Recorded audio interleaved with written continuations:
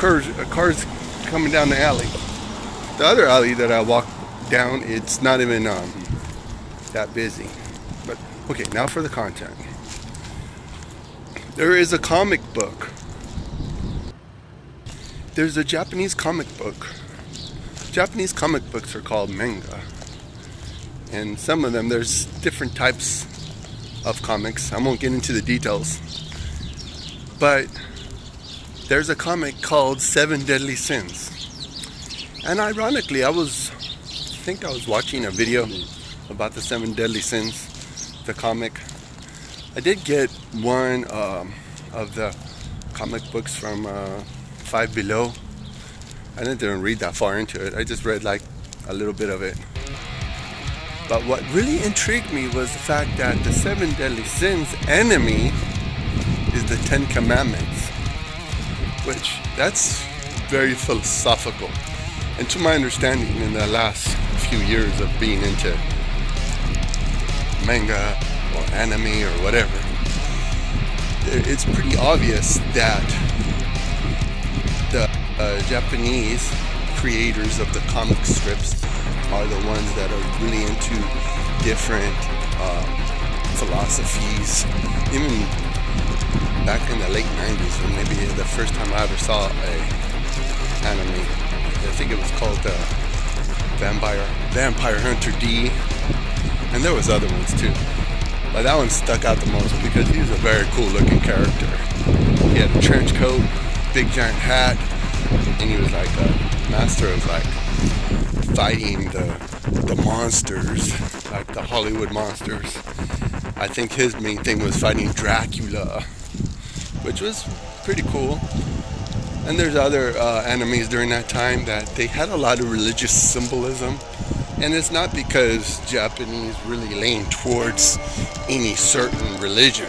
It's because they like certain philosophies, and the philosophies that they are into. You know, Christianity has a lot to do with it.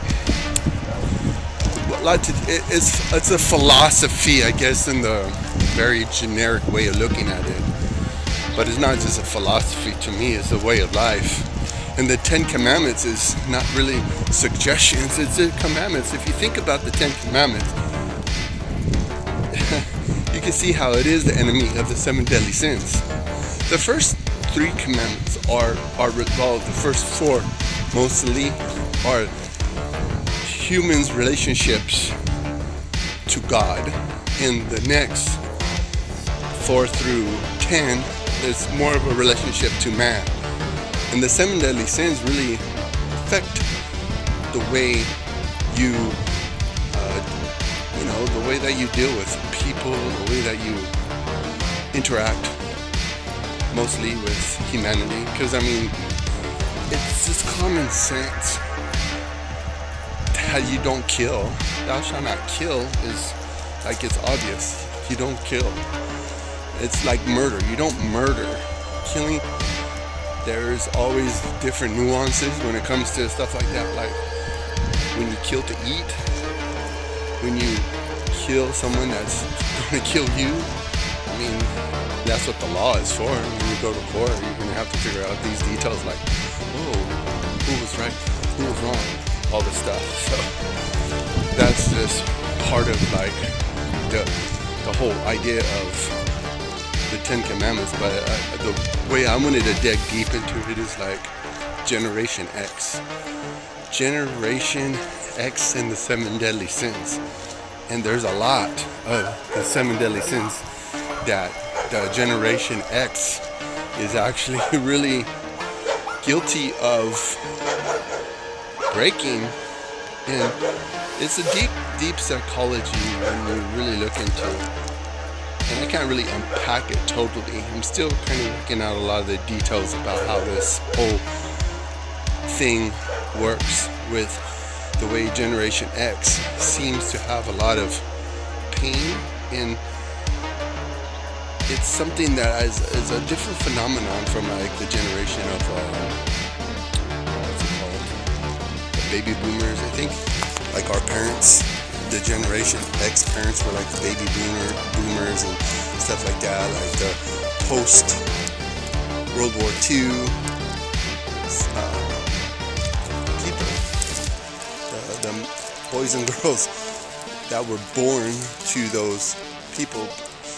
And when you think about those, like the generation that raised us, they never really went too far with their emotions. They've kept a lot of their emotions to themselves, which was something that we didn't learn how to deal with very well, because obviously in this society, I'm really a strong believer that we have an emotional health crisis.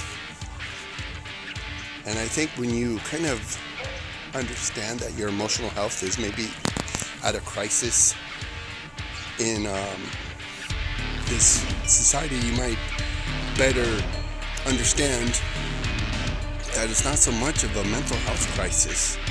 Because you think about it deeply, I can't really unpack it for you too much right here, but when you think about like certain people acting out in the 7 deadly sins, it's like some sleep around, some pay for prostitutes, some process all these hurts and pain by covering it up, like even eating problems. People eat to excess, and like maybe some people are eating the way that they do because of pain. Because I know that I mean eating is a problem for me. Because sometimes when I'm not hungry, I'll eat, and it's like, am I afraid of being hungry? I've been hungry before, and I've been able to function properly, and I've been able to, deal with life in the most healthiest way. At least I try. But I mean, think of the 7 deadly sins and see how they affect you. Like greed. I know there's a lot of greed in my life. There's a lot of there's good hoarding. There's good hoarding, like if there is like going to be a world crisis or something, you're going to have a little bit of extra stuff on hand. It's not so easily to unpack, but I think it's just relevant in these days that people just are dealing with lust and idols.